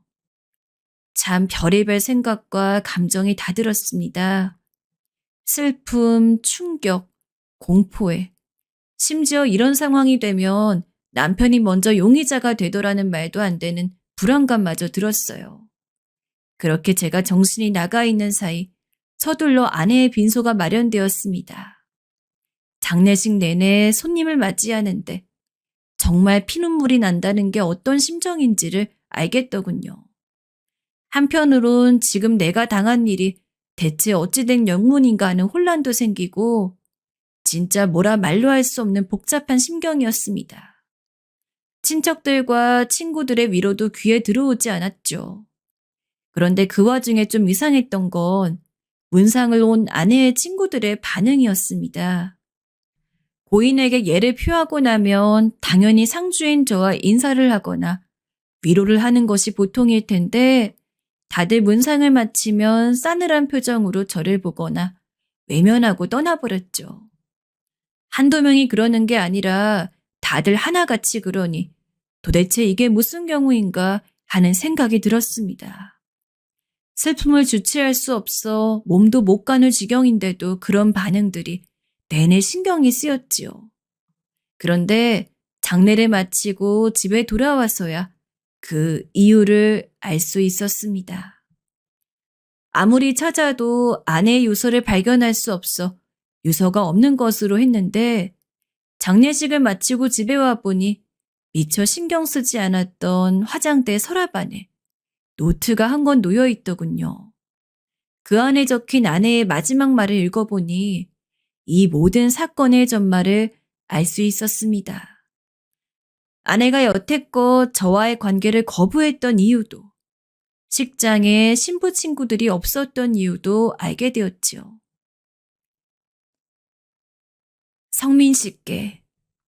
성민 씨, 우선 정말 죄송합니다. 지난 몇 개월 동안 배려심 많은 성민 씨 덕분에 참 감사했어요. 성민 씨는 너무 좋은 사람이지만 끝끝내 성민 씨를 진심으로 사랑할 수 없었어요. 이제부턴 제가 오랫동안 지켜오던 비밀이자 말하고 싶었던 이야기를 말씀드리고자 합니다. 사실 저는 오랫동안 만났던 남자가 있었어요. 하지만 부모님의 반대 때문에 어쩔 수 없이 그 사람과 헤어지고 성민 씨를 만났습니다. 성민 씨는 제게 무척 잘해줬고 저도 그런 성민 씨에게 고마웠어요. 그런데 얼마 전에 그 사람이 세상을 떠났다는 소식을 들었습니다. 그 사람은 저 때문에 모든 걸 버렸으니 이제 저도 그 사람과 함께 해야만 할 것 같아요. 성민 씨에게 용서해달라는 말 할 자격도 없는 것 같아요. 상처를 줘서 정말 미안해요. 부디 좋은 사람과 다시 만나시길 바랍니다. 유서를 읽는데 얼굴에 핏기가 싹 사라지는 서늘함을 느꼈습니다. 그리고 그간의 절망감과 슬픔도 함께 씻겨 내려가면서 정말 어이가 없어 웃음이 다 나오더군요. 너무나 화가 나서 그 길로 장인에게 전화해서 왜 여태 날 속였냐며 유서의 내용을 따지고 들었습니다. 장인이란 작자는 뭐라 할 말이 없었는지 그저 미안하다는 말만 반복하더군요. 이런 인간에게 사과를 받아봤자 분이 풀리질 않아서 당장에 고소라도 하고 싶었지만 누구를 상대로 어떻게 고소해야 할지를 생각하니 기가 막히고 힘만 빠지었어요. 일단 더 정확한 이야기를 알아야겠다는 생각이 들어 결혼 전에 만났던 아내의 친구에게 전화를 걸었습니다. 약속 장소에 나온 그 친구는 한참을 커피잔만 매만지더니 내키지 않는 목소리로 입을 열기 시작했어요. 죽은 아내와 그 남자친구는 대학교 때부터 사귀던 연인 사이였다고 합니다. 저랑 결혼하기 전까지 7년 정도 만나던 사이였고 결혼을 전제로 사귀던 사이였다고 하는군요. 그런데 남자가 회계사 시험을 준비하는 사람이었는데 매번 시험에 떨어지니 장인도 두고 보기 불안해서 당장 헤어지라고 닥달을 했다고 하더군요. 그러다가 이제 우리 집안과 어떻게 연줄이 닿고 나니 경제적으로 여유 있는 사람과 결혼하는 게 훨씬 낫지. 왜 가난한 남자를 붙들고 정을 못 대냐. 시험에 합격한들 지금부터 벌어서 어느 세월에 안정적으로 사냐며 죽은 아내를 압박했다고 하는군요. 예나가 정말 많이 힘들어했어요. 부모님이 예나를 못 살게 구셨거든요. 성민 씨랑 결혼하지 않으면 자식이 아니라고 하면서요. 예나도 성민 씨가 착한 사람이고 어떻게든 부모 말은 따라야겠다 싶어서 결혼을 하겠다 했고요. 이게 당시 예나랑 저랑 주고받았던 문자예요. 나 너무 힘들어. 예나야, 도망이라도 가. 원하지 않는 결혼하지 마. 할 필요 없어. 엄마 말을 어떻게 거역해. 결혼하는 게 나아. 성민 씨 좋은 사람이야. 좋은 사람이라고 다 결혼해? 너가 그 사람을 사랑해야지. 아니야. 결혼할래. 이게 최선이야. 아무리 생각해도 이게 최선이야. 예나야. 근데 너무 힘들다. 성민 씨한테도 너무 미안하고. 결국 부모님 압박 때문에 마지못해 아낸 저와 결혼하게 되었고 끝내는 그 남자를 잊지 못하고 있다. 비보를 듣고 그 남자를 따라가게 된 거였습니다. 심지어 아내가 사랑했던 그 남자가 세상을 등진 이유도 아내가 다른 남자와 즉 저와 결혼해서였습니다. 예나한테 정신 차리라고 어떻게든 살아야 한다고 했어요. 근데 견딜 수 없었던 것 같아요.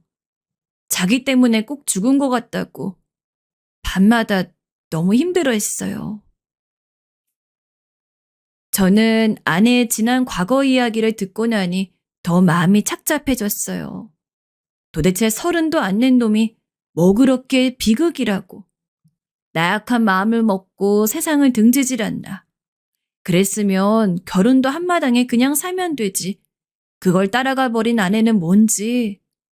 아니 지들이야 뭐 로미오와 줄리엣을 하든지 뭐라든지. 아무래도 좋은데 왜 나를 끌어들이나.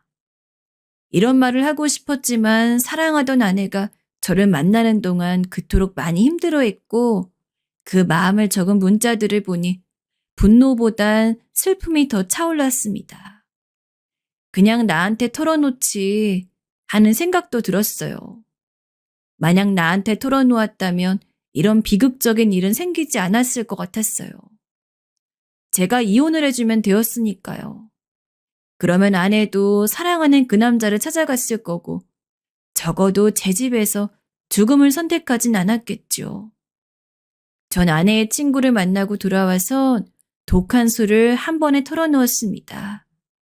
한동안 하늘을 원망했던 것 같아요. 내게 가장 사랑하는 사람을 주더니 이렇게 다시 빼앗아 가시고 또 나를 구렁텅이로 몰아넣는다는 생각에 사는 게 다 허무해졌습니다. 뭐래도 가슴 한가운데가 뻥 뚫린 것 같았고 가끔은 알 수 없는 분노로 잠을 잘 수가 없었습니다. 저 약이 필요합니다, 선생님. 결국은 그렇게 한동안 온갖 감정이 휩싸여 살다 정신과를 찾아갔고 약이 있어야 생활을 할 수 있는 지경이 되었어요. 사실 일도 하지 못했어요. 잘 다니던 회사도 그만두고 그저 침대에 하루 종일 누워있거나 공원 벤치에 앉아 할 일 없이 하늘만 바라보았습니다.